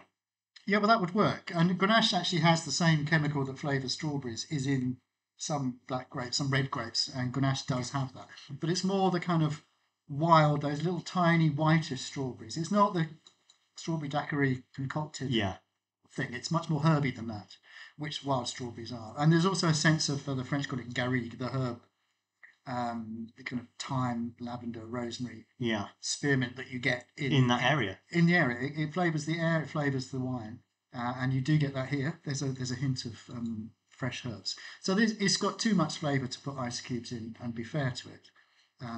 If you put ice cubes in one that hasn't got much flavour, always an unpleasant flavour. This is too good for that. And it's a really good example of a Grenache-based rosé. Great, it's nice to hear from somebody who knows what they're talking about, because I think a lot of us just drink it and we know, do we like it, do we not like it? Chef Duncan's nodding, yeah. It's hard to find out what about it you like, and look for that in others. The last thing I'd say, if I may, is that a lot of people look for the youngest rosé. So you'll get provisioning sheets saying, I want 24 rosé, because that was grapes in September and it's wine now. Yeah. But actually, it's better to carry on drinking 23 rosé, which is still very, very young, until the 24 has settled down. Wine doesn't taste good immediately after it's bottled. And that is called bottle shock, and that can take a good few months to overcome. So I would never drink that year's rosé before, well, take the film festival and the Grand Prix as your guideline, but even June. I would rather have 23. The year before, because it would taste nicer. So you recommend for 2025, if you're going to have 23 until August, and then switch to the 24. So once you get to August, September, maybe move on to the 24. Which is probably would have switched by then anyway. Yeah. And it is better, younger and fresher, but 23 is still very, very young and fresh. You wouldn't drink a 23 red wine yet. Yeah. Okay. But people will be looking for this year's wine, and it's too young, too nervy, too. So if somebody wanted to try this, what sort of price range is this rosé? I don't know. I don't. It tastes premium to me. So this is not cheapy cheap. This is not sort of 10 years in the supermarket. I'm probably looking at 15 to 20 euros a bottle. Yeah, 20 probably. Somewhere around that. Okay. Well, I think that's great. Thank you very much for the information about that, and your insight into wine is amazing. I think what we should do now is probably get our professional chef to cook another meal. What do we think? Let's do that. Why not? So, thank you very much. Maybe we'll get you a glass. You can have a glass of rosé over there. I think this is my guess. Yeah, take a seat and maybe have a look. So, we've got the camera on you, have we? Yeah. Cool, brilliant. You've sussed it out now. I've got it now. Amazing. I'm not on the technophobe anymore. So tell me a little bit about what the next dish, our final dish of the day, what's it going to be? So, a nice simple dish. Again, keep it simple. It's really effective and it works really, really well. So we've basically got a Seabass, which we've skinned it, portioned it up, ready to go. But we're going to make a crumb base, but with like a butter, a bit like a crumble, but a savoury crumble. But what we're using is macadamia nuts, panko, some lemon zest, some fresh herbs, parsley, thyme, we would say parsley or dill, something like that, and a little bit of sea salt. And then also what we're going to do is just put some fresh lemon zest in there. So it's going to grate that into there. So when we're talking about dishes that we're going to do today, one of the reasons you chose this dish, and it's a good example of if you're on a yacht as well, on how you can save yourself time. Yeah. Because this cooks whilst it's almost preparing its... you can prepare this in advance. Yeah. And it's put in the oven, that's done. So anything that goes in the oven just gives you more time to do your garnish, do your vegetables. Do you use a timer in your oven? I always have a timer around, so I put it in, and then because I forget, I'm getting on a bit now. We all do. Memory starts to go. But yeah, it's always good to have a timer around. Put it in the oven. You know it's going to take you 10 or 15 minutes for that fish to cook. But what happens with the fish is because it's got that protective layer over with the butter and the crumble is what I'm going to call it today. It protects it, so you're almost steaming the fish. So the fish is actually keeping its lovely flavour, and then you've just got a nice flavour on top. Okay. Yeah. Okay. So we need to move on a little bit because I need to get this done. So we've just got our softened butter. So we've got our lemon zest we've just put in there. We've got our panko breadcrumbs. So we put some panko breadcrumbs in there. We've got what I've done earlier on was toasted off some macadamia nuts and just done a nice rough chop because you want a little bit of texture in there. You want a bit of bite on it. Why macadamia? I just think macadamia it's a creamy type of nut and it goes really well with this. So we're just going to put a few of those in. And again, it's just like do you want to do that? I'll open it for you so you can. Yeah. So we've just put some nice herbs in there. You can use parsley, you can use chervil, you can use dill, that sort of thing. And then we're just going to mix that up by hand. It's just going to create a nice crumb mix on top. So it's like a butter, and the crumb is holding it together. Okay, and very simple. Just put some more of that in there. There we go. Okay, so this is going to be like a butter paste that you're creating. Yeah. So just and the fish will sit on top of this, or will it sit on top of the fish? No, it's going to sit on top of the fish. Okay. So we season it. Yeah. So we're just going to put a little bit of a. What kind of pepper are you using? So this one's just a nice little bit of a smoky pepper, not too strong. Okay, that's a cherry smoked black pepper. So it's just lovely. I think it just gives it another sort of taste profile. Yeah. It's more of a background taste. So we're going to. But that's what it is. It's layered flavors. That's what you want. You want to. I think you should be using different peppers. I mean, there's so many yachts that they just say black pepper. I understand that, but I love it if you have different peppers that you can put onto different food. It's like everything else. If you layer that flavor, you can't necessarily pick out one thing. Yeah. But overall, the dish is going to taste better because of the layered flavor. Yeah. So we just put it in between grease with paper. Just going to get our little trusty rolling pin. And just slide that. Just try to like it there. There you go. And this is the good because we can just make this well in advance, ready to go. And this will work on lamb, chicken, anything you want to do, and it will protect the. So we do that. And one little special thing, because it's the fish, and I want to see my presentation. Let's open this up before it goes in the freezer. And I just, in this case, I like dill, so we're just going to put a little dill leaf onto the top like this. Great. Yeah, I see what you mean. So that's just going to be sitting there afterwards. So when you do your presentation with your fish, you're going to see this dill leaf sitting on top, right in the middle of the fish. Lovely. So dill's a very, very particular herbal flavour as well, isn't it? And it's, I mean, certainly we find like Scandinavia, Russia area, they use a lot of dill. Works very well with fish as well, of course. Exactly. So you see that you get the idea. We'll put that back on. Just run over again with the thing, and you can see. Wow! Actually, bring the camera in now, and you can see the leaf through there. It's pretty cool. Huh? So you can. I mean, this little trick is nice. This little trick you can do with pasta as well. Yeah. So you lay a pasta up, and you put a herb in the middle of it, and then it's great for just display on your herbs. Okay, your pasta. Great. So we stick that in the freezer. So you put that in the freezer just so it's easy to cut and easy to cut, and you can make that up a couple of days in advance. Yeah. Yeah. And those of the. If you already got one prepared. And here's one we prepared earlier. So as you can see, and then we can take our fish, pop it on. We can just take that off the top, pop it on top of our fish. Great. Put it onto the grill tray, onto the tray, and then literally it's going to take 10 minutes. And you've got it all organised, haven't you? Yeah, thank you. So we're in good Blue Peter fashion for those people who are old enough to have watched Blue Peter. Here's something I prepared earlier. So just quickly that. We are ready, are we? Okay. Wow. Okay, so this is cooked now. Yeah, it's cooked. It's ready to go. So I'm just a bit like the meat though. It's just came out. I might pop that on there. Yeah, come out the oven. It's not rude, just a work surface. So it's come out the oven. I can leave it to rest for 2 seconds. So I'm just going to warm up. I'll move out of your way. Yeah, I'm just going to warm up some green beans. Nothing special. Just blanched. I blanched them earlier. Put them into ice water so colour. Okay. And we're just going to actually see where it is. So we're just going to warm that up, and then I'm going to get the wine out for this next course, so we can bring that over. It needs to warm up a little bit out of the. It needs to warm up a little bit. Would you say? Yeah. So I'll put that there just to give it a bit of a warm. Move that one out of the way. So you've got boiled new potatoes. Yeah, just some. I think new potatoes and fish. You can't go wrong with it. Do you not find that?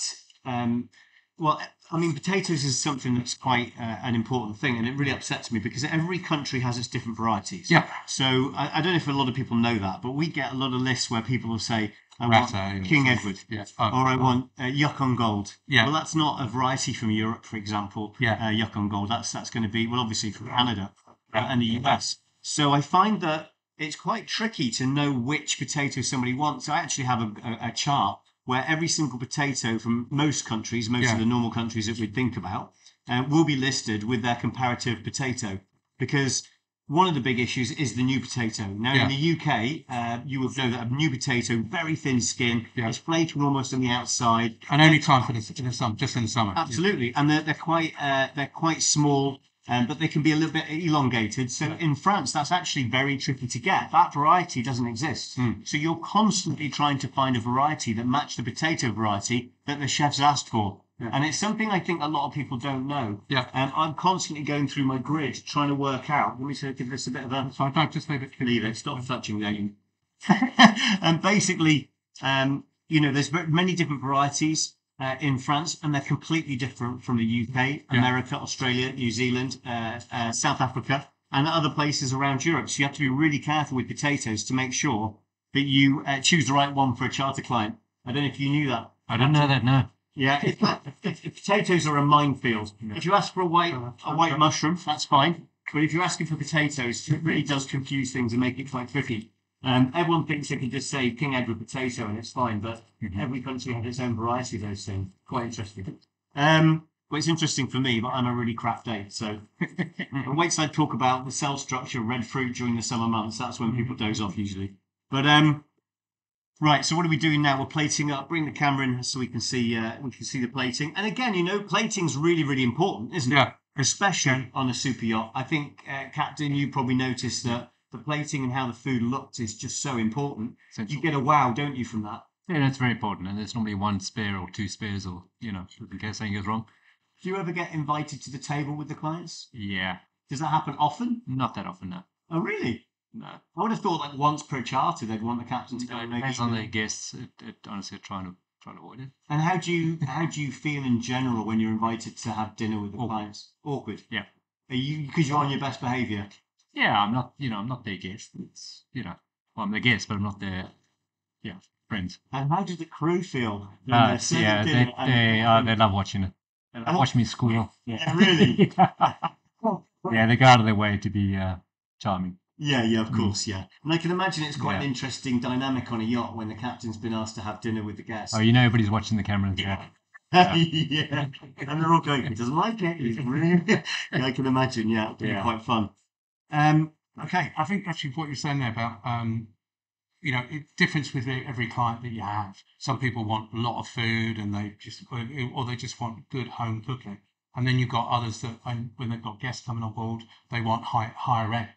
And so it's balancing, understand the owner or the guests, certainly. But the other thing about plating is maybe some people look at this plate and go, oh, it's not very much there. Yeah. But you are having possibly canapes beforehand. Yeah. You've done the starter. They're having that, and then they're going to have dessert.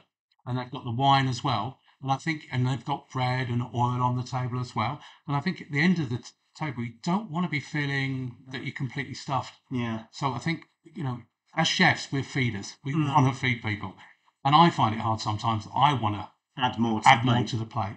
But you've got to think about what the structure of what you're doing. Yeah. And I again, sometimes I fall into that trap of adding too much food on the plate. And also, if you don't put enough, the clients would feel like they're being insulted a little bit. Yeah. Why I've only got half a portion? You're like, okay, can't win that battle. Yeah. It's hard, isn't it? How many courses you're going to do, and the variety, and also the size of the dish. And also the plate you're using. Yeah. I mean, the plate in itself can change the concept of what a dish looks like, and whether it looks like a big plate of food or a small plate of food. That's another really big aspect, isn't it? Yeah, and in this age of diets and people want to eat less or want to eat well, good value, good quality food, but at the same time, just keep it simple. Yeah. And the plate might not be your choice. Well, let's get the food over to the guys. I'll bring some more cutlery over. I think you're going to need some cutlery. So I'll bring that over. And you guys can have a little taste and tell us what you think. It's a cultural thing as well, isn't there? In some cultures, you have to finish everything, otherwise it's rude. In some cultures, you have to leave some, otherwise it's rude. Got to play to that too. Yeah. And that's so true, actually. You're absolutely right. In some countries, if you leave, it would be rude not to leave something on your plate because you're generally saying that the guests have given me too much and it's great. And another place, if you leave anything unsalted because they didn't give you enough food, and another portion comes out, and you before you know it, you can't eat it. So it's quite tricky to tuck in and have a look. If I can sit there, actually, Duncan, because what I want to do is I just want to go on top whilst you guys are taking my glass over, please, Damian. You guys, you want to go after me? It's okay. Thank you. So mine's over on the far side. Okay, on this one over here. Okay, great. So there is another thing that I really want to talk about today, and what's probably you want me to move? What's going on? Just don't. Okay, great. All right. So the other thing, we do have our tech guru. Unfortunately, he's been called away on business. He was here earlier, and he also all of a sudden got an emergency. He runs a tech company, and he got a call away, so he had to go. So I'm gonna talk about a couple of things if I can find it on the list. Where is it? Where is it? Where are we? Okay, so one of the things I can't see it, so I'll make it up as we go along. So basically, Riviera Gourmet, we're massively into technology. I know yachting is a big tech industry. It has to be. I think most yachts could probably drive themselves now. I think that would be the bigger easy. ones. Yeah. Would you agree? And look, I think they do drive themselves. Yeah. You put the autopilot on, and they. Are you putting yourself out of a job you here? look out the window, and essentially paid for that. But would you say since you started being a captain, your role has massively changed from what it was in the early days to what it is these days with regulations and management and things like that? Damian, not too much my role, I don't think. Maybe that's because I'm old school. But generally, certainly chief officers, absolutely. They deal with all that stuff. Okay. My job essentially is to try and predict what's going to go wrong. Yeah, absolutely. And you're responsible for that, aren't you? And that's I think the biggest part. And talking to crew, seeing what they're happy with, what they're not happy with, just making the whole thing work. Yeah. So I don't think that's changed over the years. Certainly driving the boat, that's the fun part. That's doing the Atlantic crossing, that's his holiday. Oh, really? They shouldn't pay you for that, It's like There's 3 captains watching this. Quiet. No, honestly, that is the easy part. Parking the boat, that's always fun. Well, I've noticed reversing it into one of those. Yeah, but that's the job. It's actually, again, I shouldn't pay that. It's actually very surprisingly easier than parking a car. Going through the St. Martin Bridge. Yeah, that's a bit of a risk, Forest Canal, Panama Canal. Yeah, but they, Which one protect your job? Yes. Yacht captain's job is very, very hard. It's I mean, then you got flies. Well, look, we know from things that happened last year, which you're not going to talk about now, but things can happen on yachts, which at the end of the day, the captain's going to be responsible for, and I think that's why you get paid what you get paid. Yeah, you get paid for responsibility. You get paid for the danger of the job and the fact that you're responsible, the last one off, things like that. So, and we're massively into our tech here, AI cameras, all sorts of stuff. We use all sorts of different processes to try and make life easier. And over this winter time, I've sort of added a lot more. But recently, I've been looking for, and Kate, we're going to do the tech part now. I've been looking at different AI and technology that really could be relevant in the super yacht industry and the food industry. So I've noticed a few things, and there was one thing called a Kirin salt spoon that was at the CES in Vegas a few days ago. And this spoon, I don't know all the details because I'm not a scientist, but you can bring it up on the screen. Maybe you have a picture of it or a video or something. But basically, this spoon, it creates, I can't remember what it is, isotopes or something. It changes the consistency of the food flavor and adds salt to it, or makes it taste saltier. It's not that the food is saltier, and it's very good for people who have an intolerance to sodium. So basically, it's allowing you to have the sodium flavour, but without the sodium in the dish. And it's very, very interesting what they are creating and doing these days with technology to try and create flavours that aren't there. I actually have in my drawer over there, maybe we'll try it sometime, I have a magic, it's called a miracle berry. Oh, yeah. Have you ever tasted one of those? No, I haven't tried it yet. We'll do it one day. Basically, you take this, it's a berry, but it's been made into a tablet. You eat it. And about 20 minutes later, everything that you taste, all you can taste is the sugar from that product. So if you tasted a new potato, you'll only be able to taste the sugar content. If you had the fish or a blackberry, whatever it may be, you just taste the sugar from it. And it's changing your senses. And if you look at tech these days, there's a lot of that going on. Obviously, virtual reality, if you think about it, is about creating a new sense for you visually. And now they're starting to create feeling and flavour and taste and all these kind of things. And I think for chefs, it's quite an interesting thing that's going to change in food tech. And the other thing I thought that I saw, which was absolutely incredible, I think it's called Adam. Is that right? It's a robot which I think they're making it basically for cafes, so barista cafes and places like that, or like Starbucks. Get rid of the staff and have robots there, and you put into the order what you want, and the robot's making your coffee. I don't know if you've got that on the screen. Maybe you can show a video of that. And I was thinking, yes, we're talking about yachts and we're talking about technology, but can you imagine clients coming on and they've already gone onto the yacht app? They've already created their profile of what flavors and tastes they like, which helps the chef in the galley, of course. We're talking about preference sheets not coming through to the clients. One solution to that would be to have an app for the boat where you literally put your preferences in, and one of them would be how you like your coffee or your tea. And then in the pantry, instead of having all these coffee machines and 12 stewardesses and stewards running around trying to make coffees for different people, and obviously shift work is the issue. You've got some people in a charter having a sleep and other people working. Mr. Johnson wants the same coffee had an hour ago. Well, that's not happening because Sally can't make it. This robot will be able to make that coffee or tea or whatever drink it may be exactly to the requirements that the client has put into the app, which means they just press a button, it's made, the stewardess picks it up, bring it straight to the client, and there's no messing around, which is quite a cool thing. And that on the screen, if you guys look over there, you can actually see Adam working away. He'll make frappes, he'll make cappuccinos and all sorts of stuff that you might like, and then literally just leave it there and the stewardess would pick it up and deliver it to the client. Taking that a step further, how about having the newest robot out of China? I found this the other day, and I was listening to the All In podcast. This is absolutely incredible. Basically, the Unitary G1. Now they make another robot which is like a dog, which you can take out walking with you and stuff, and it's actually good in a warehouse where it can walk around the warehouse and spot stuff, and then report back that there's mice or whatever it might be. But the G1 is actually the world's first robotic humanoid robot. If you look at the screen over there, guys, you can see it. That's not a video that's been created. That's the real robot. And this robot, maybe change the picture to show them the backing them up for cooking. No. Well, they're showing that's normal behaviour, isn't it? Yeah. Basically, what it's doing is it can do many tasks. It could even be in the laundry.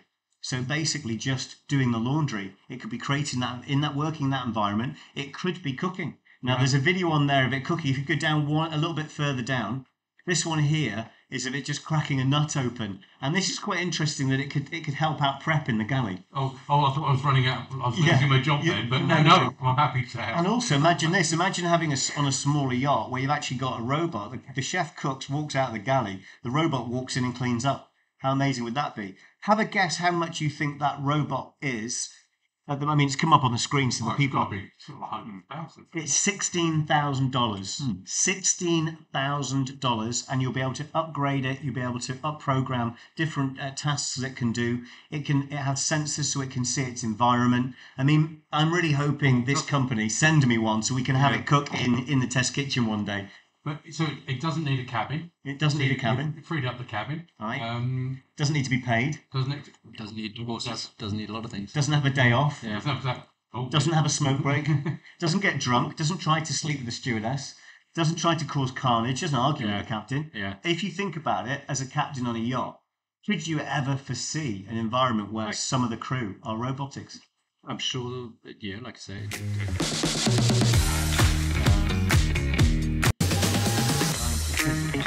Well, not serving them, maybe. Yeah, I think maybe in the laundry. You want the perfectionist, like if I use ChatGPT to do an email. Yeah. And none of us are we? Exactly, you can tell us. Yeah. There's no mistakes. Yeah. Spelled my own name for it. Yeah.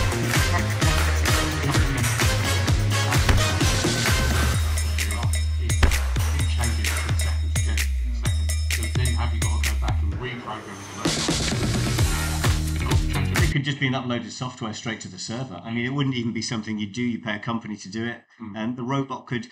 I think working guest areas is probably not a good idea at the moment. I think it will happen. I think helping in the galley, helping bringing provisioning in.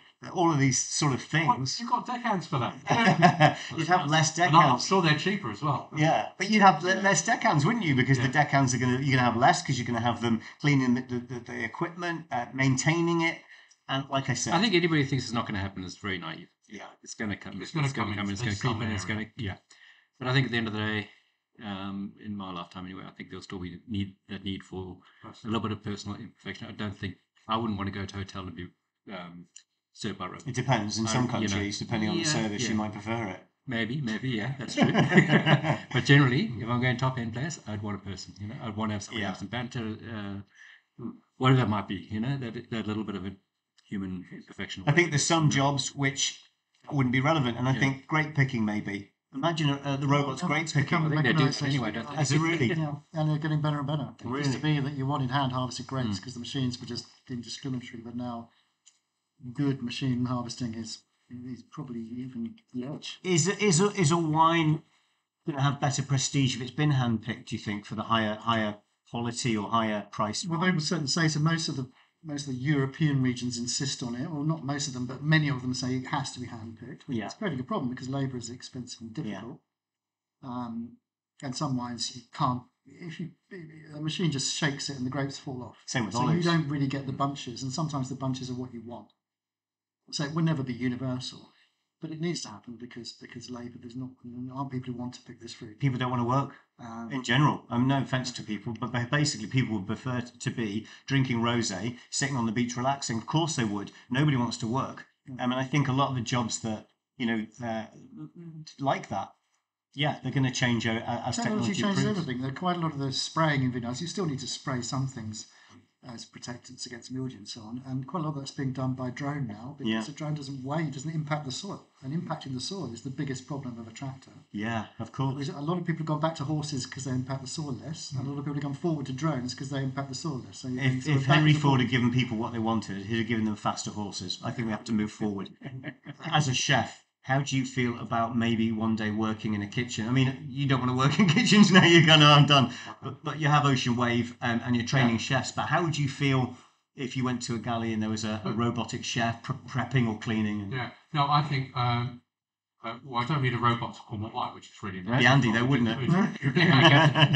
But you have, what I think is, we see these things now, where you first of all, my first response to that is, we're not going to see that for another 20, 30, 40, 50 years. It'll be 3. But it's, as you see now, technology is overtaking everything. And I can't foresee it straight away, but it's going to happen in some way. There'll be drone deliveries to yachts. You'll get your caviar delivered when you're at sea. There'll be robotics of some sort. I think it's already happening. I mean, like a Packer jet or those things. Yeah. They're not robots, but they are assisting. They are doing what you probably did before. I don't know what they do actually, but it's cost a fortune. But that's all right. You're right. Yeah, you just get the bill and go. But but you say Packer jet's a perfect example of that. It's really good. So you pay Packer jet for 6,000-7,000 euros sort of thing. But you've got a new Ninjas coming with the new creaming. And so everything adapts, everything changes. So why not have a robot? What are they, 200, 250? And you get a small portion, but you can make lots of it. Yeah, and for the quantity that we need within yachting, we're more or less restricted to 12 guests. Yeah. It's perfect. It does. Sorry, Paco Jet. Hey, look, modern times are changing things. I think a lot of industries are going to have to change. I think if you look at, Blockbuster is a great example. If they don't move forward, you're out. Yeah. And that's the same for everybody, whether you're in yachting, in wine, wherever it may be. If you're a chef, you've got to move forward with techniques, with technology, absolutely super important. And if you don't, you're going to be left behind and you're not going to have a business, or you're not going to have a nice wine, or you're not going to have a job on a yacht. You're not going to be, cooking. And you've got to move forward. You've got to accept these things, I think. And technology there for chefs, for example, coming out now is that, the meter thermometer. I love it. Absolutely amazing. I love it to bits. And I think, using a normal thermometer, you have to take it out, pop it into the meat, toast it, bang it back in the oven, or whatever. Yeah, exactly. Yeah. But the meter, put it in the Have you seen these things? Oh, absolutely amazing. So I'll just grab it for you and just show you what it is, because I'm not advertising it, but I tell you what, they are absolutely fantastic. This product is an absolute game changer. So I'll just bring this up to the camera now so we can have a look. So this is the Meter 2 Plus. Basically, this probe right here is what you put into the meat or the fish, whatever it may be. Right up to this level, this black line has to go just inside it. And it links onto your phone as an app. You choose what you're cooking. You don't even need to put the weight in. No. You literally choose what you're cooking, and you tell it what kind of way you're cooking, whether it's a barbecue, if you're cooking in an oven or a microwave, however you're cooking, not a microwave, it's metal. Yeah. That'd be a bad idea, wouldn't it? Jesus, don't let me do that. But it's in all the way. Yeah, and basically it comes up on your phone. It tells you the exact precise cooking time. It tells you when it's ready, how long to rest it after you've taken it out of the oven. And I've used it recently, and over Christmas, we did a Christmas lunch for all the staff. We did a big Christmas ham, a honey roast and mustard ham. It was the best I've ever cooked. And I thought I knew what I was doing with a honey roast ham. I didn't have a clue. This thing just kicked my ass. It's absolutely fantastic. If you're cooking a lot, or even just if you're a cook at home, you have to have one of these. If your chef comes to... It's like 150 quid. It's 150 euros. It's nothing. It's for what it does. For what it does, and also you are so busy running around the galley at most times and stuff. You put the meat in with that, and you know you trust it, and it's giving you updates on your phone as you go. So you just glance your phone off. But it beats another 12 minutes, 8 minutes, whatever it might be. Yeah. But the best part with this is you can actually get it signed, and it says Super Chef on it. Yeah. For an extra. An extra 50 quid. Well, listen, but guys, it's worth it. I'm going to go over to the other camera now and do our final goodbyes. But I do want to say thank you very much. Oh, we haven't talked about the wine. No, we haven't talked about the wine. Well, tell us a little bit about our. I'm picking up that we have to do this quickly. But you said herby whitefish, oil, lemon, and I was tasting with the guy that makes this only yesterday in Italy. It's from Liguria. It's very local to yachting. You can literally see these vineyards above Dolceacqua, in the hills above Dolceacqua, and these vines can see the sea, and that gives them a sense of salinity, a sense of mineral chalkiness.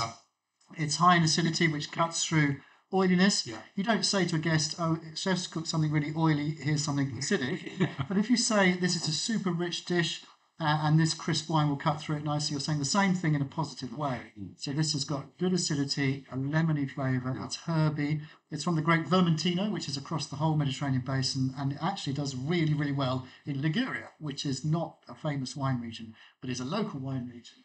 And lovely people, and I just think I really do think it works very well as well. I've just tasted it, a couple of tastes of it. Lovely. It's light, it's fresh. Certainly in the summertime, it's also got a little bit of strength to it. Yeah.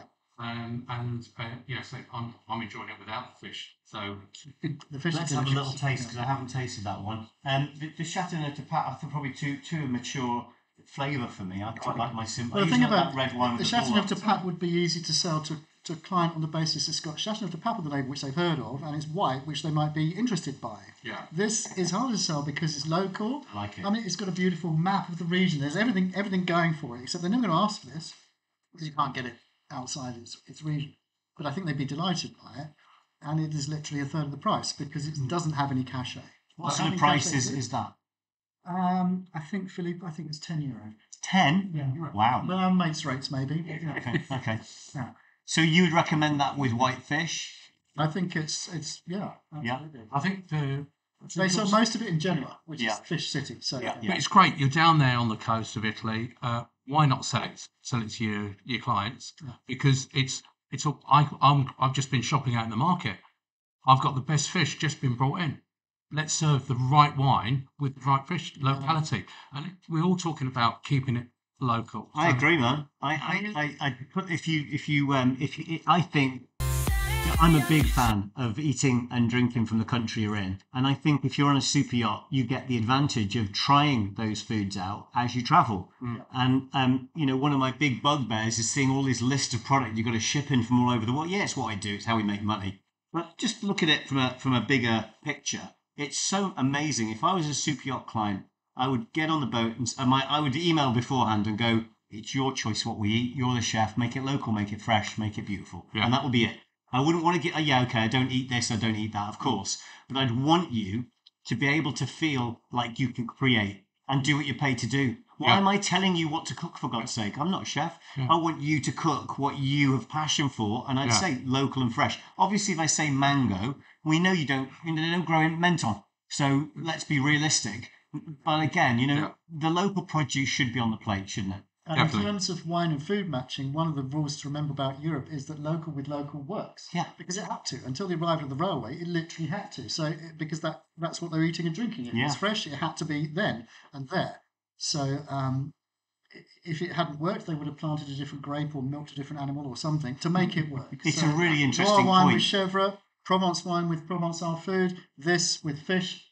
As a generalisation. Keep it simple. When it works. It has to work. It's a super interesting point that I hadn't thought. It's like when you told me to warm your eggs up before you cook them. You just opened a new world to me. Of course you should be drinking local and eating local. That's why they go together so well, you know. Listen, guys, thank you so much for joining us today. Thank you to our Master of Wine, Rod Smith. Thank you to Barry. Captain Barry's come all the way on the private jet just to fly in and see us today. Thank you to Chef Duncan from Ocean Wave. And before we finish off, I just wanted to say that, yes, it's not perfect, this show, but nothing ever is. If you look at the person sitting next to you now, I bet they're not perfect either, but you still live with them. So basically, over the next few months, we're going to do more of these shows. We'd love you to come and join us. Make sure you write some comments in the box. Tell us what you like, what you don't like. Tell us what you want us to do, because that's super important. And if you're wondering why this is called Saturday Yacht Kitchen and not Friday Yacht Kitchen, I know a lot of you have been probably listening for an hour and a half going, why? Basically, the reason is we developed this whole program last year. We never had time to do it. We called it Saturday Yacht Kitchen. We created the logo. We created the intro and outro. And then when we decided to do this, it was Duncan's fault. Chef Duncan literally went, let's just do it Friday. And so we had to get it put together real quick. So now we have a show. We're hoping to do a lot more of these. If you've got amazing produce that you want us to showcase, if you want to come and cook in the kitchen, if you want to sit on the panel and sit as one of our guests and have a chat about yachting, whether you're from a management company, if you're a chef, if you just work on a boat in any role whatsoever or the industry, give us a shout. Email us at Saturday Yacht Kitchen at rivieragourmet.com. We'll get straight back to you, and hopefully you can be here in the next few weeks to come and tell us all about how you feel about yachting. But for now, thank you for joining us. We're really sorry we were late today. I hope it's been interesting and fun, and let's look forward to some great shows over the next few months and years of Saturday Yacht Kitchen. If you've got produce out there because you're a producer and you want to replace my terrible induction pan, it's really bad, isn't it? If you want to send us a new one of those, or a new oven or anything, and we can showcase your product, just like we have the Meter Pro today, give us a shout and email us and we'll get back to you. But for now, I think Kate, who I also say thank you. Thank you for doing all of the tech today. Thank you to our Chinmay, our warehouse manager, who's been running things behind the scenes, and Yulia, who's been doing all the Instagram live for us today. Thank you so much to all of you guys. It wouldn't have been possible without you. Basically, right now, all I want to say is play the outro. Thank you very much. Have a good weekend.